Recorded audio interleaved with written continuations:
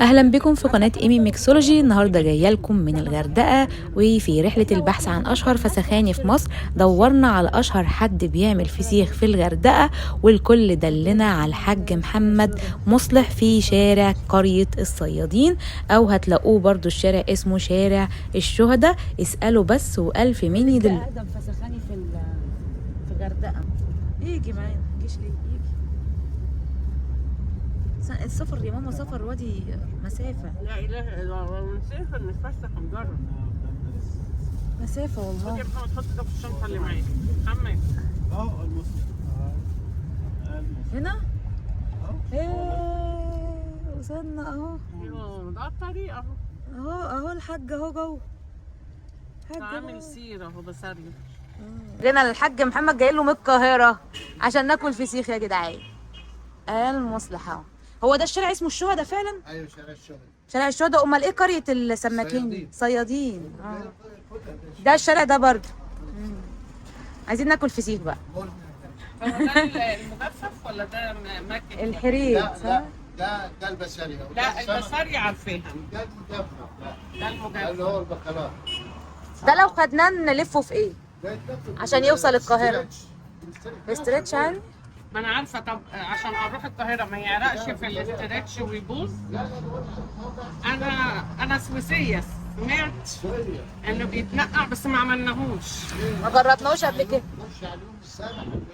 اما انا شفتك على اليوم السابع وعلى البلد والمصري اليوم. لا معدي خالص.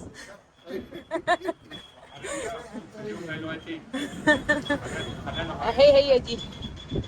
ده بقى لو اتلف في الاسترتش ويوصل القاهره يقعد كام يوم بيه في الاسترتش.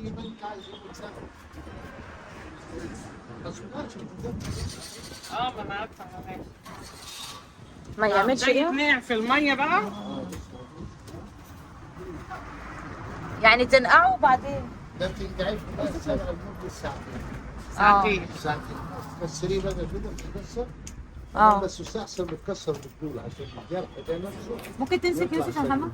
ممكن تمسك يوسف دلوقتي؟ الله يخليك يا حاج حماد. بعد كده اول بيفصل الميه، بتفصل الجلد نفسه. يعني قبل ما انقعه اكسره. لا بعد ما تنقعيه الجلد في هيطلع. حاجه واسعه انقعيها بنفسها. في حاجه صغيره اكسرها. تبتدي تكسرها بالسطور من هنا. بس ميه عاديه مش دافيه. ميه عاديه. ساقعه. الميه الدافيه لو عايز تشويه سريع. ممكن يتسلق. يعمل نص ساعه يخلص. يتاكل مسلوق. يتاكل مسلوق، يتعمل طواجن. شرابيه مدفونه. اي حاجه. بيطلع فصوص بقى. الفصوص ده الفص ده بيزيد عن حجمه سنتي ونص. يعني الجرح ده. طب انتوا بتاكلوه ازاي هنا في الغردقه بعد ما تنقعه؟ بيعمل تخديعه، بنعمل له تخديعه في رمضان. بنت طالعه من الصيام مصاريف بين النعمه من في عيد رمضان بنصلي بنطلع نفطر بيه. بيعمل تخشين للبطن، تاكل اي حاجه بعد كده ولا اي حاجه. اكل قريبه بس. بيعمل له بقى التخديع بالبصل بالثوم بالطماطم. بالثوم بالطماطم تخديع طاجن. منتهى الجمال. حلو. دي طريقه ثانيه؟ لا هو يا مسلوق يا بالتخديع. يا مسلوق بالتخديع. بس ما يتحطلوش ملح بقى. ولا لا انت بتجيه لما بتحطيه في الميه هو ما يتنقل الملح هيطلع. الملح وكله. فانت لما بتجيه عايز سنه ملح بتديله. لا ملح مش بتسيب. لا انتوا كنتوا بتجيبوها لنا بناكله مشوي. ايوه بتشيل. بس كان صغير عن بس كده. انا كان جدي وجوز عمتي يجيبوه زمان من سفاجه. ايوه بيشوف. أيوة. هو الحديد والسيان والشوي على النار كده تسلي عليه زي التسالي. هو ده. بعدين انت سويسيه ما انت عارفه. بس ما جربتهوش. لا انا ما عملتوش خالص. كنا ناكله واحنا صغيرين لكن ما عملتوش. احنا نتغدى بقى. احنا جايين نتغدى. ماشي. تسلم يا رب. هي حماده السمكه دي هتاخدي واحده ولا اتنين؟ اخد واحده بس.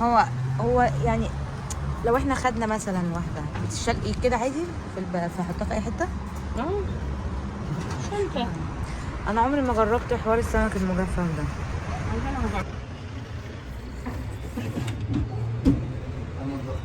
ماشي تسلم. دي الاسعار الحاليه يا حاج محمد صح؟ دي الاسعار. العنبر ده اللي هو بربوني مخلل، والحريد الناشف ده اللي هو السمك المجفف. طبعا الحاج محمد هو أقدم فسخاني في الغردقة ومتمكن جدا من صنعته. عايزة أقول لكم إن هو يعني سكرة تحب إن أنت تتكلم وتضحك معاه.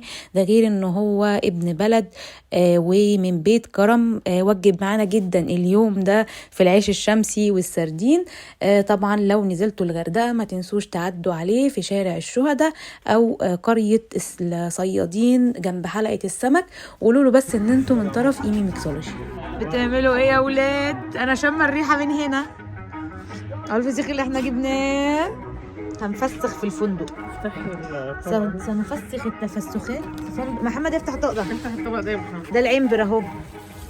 جبنا بصلايه، جبنا الليمون، جبنا الطحينه والفيو الرائع. احنا مش هناكل في المطعم النهارده، احنا قررنا ان احنا نعمل جريمة قتل في بلكونة الفندق. عايزة اقول لكم اساسا الريحة تجوع.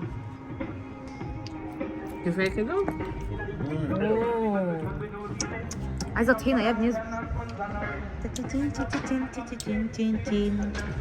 اهي الطحينه. اوه يا تيتا، بصوا العنبر عامل زي السردين شوية او الملوحة، بس طعم بربوني طعم بربوني فيه ساقع. ما كان عايز يطلع بره بتاعك شويه.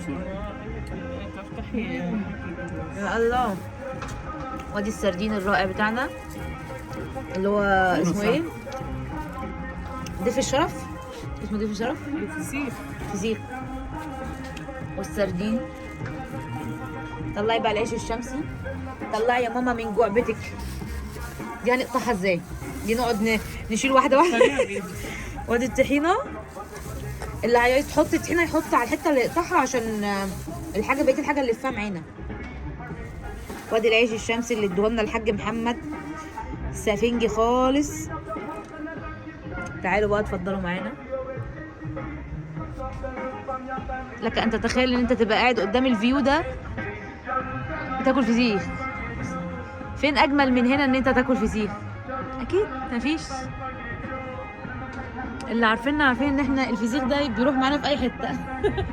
احنا اصلا قبل ما نسافر ضاربين فسيختين ماما كانت عاملاهم، كانوا تحفه. هو بالنسبه لنا ده السناكس بتاعنا. اتفضلوا معانا. وريني انت بتقطعها ازاي. شاوريهم. محمد اتصرف. اوه برضه. عصر لنا ليمون بقى. عصر لنا. لا انت قطمت الليمونه. عصر لنا ليمون معلش على البصل. تعالى. من تحت تقريبا. نايم ولا صح؟ هو البني ادمين كلها هتشم ريحتنا. المشكله احنا بناكل فسيخ. هم ما عندهمش فسيخ في البوفيه. تعالوا يا جماعه اتفضلوا معانا يا جماعه. خد يا محمد عيش بلدي. هو ماما عيش بلدي. انا هاكل شمسي. بسم الله. احنا الطحينه مش هنحطها على كل حاجه عشان ايه؟ يعني نحط في طبق الطحينه. كانت عايز تطلع شويه تبقى سخنه، كانت في الثلاجه سقعت. بصوا حمرا ازاي. اتفضلوا. انا هاكلها لوحدي. بسم الله. وادي الطحينه. يا الله.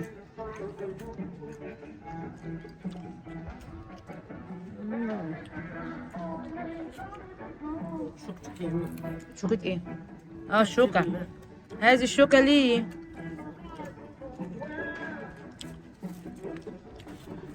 دي مزاج تاني بقى. ده عنبر، ده البربوني المخلل. الشوكة مش عارفة ما بيعملش دي اوتو فوكس. كده. عندنا طبق ياردي. فسيخة تحفة. هو جاي محمد الحمد. لا حاجة يلعب بيها اهي. صباح الخير. ندوق العنبر بالطحينة. ايه؟ بيلعب. بالنفس. ده العنبر. بالنفس. ايه هو النفس؟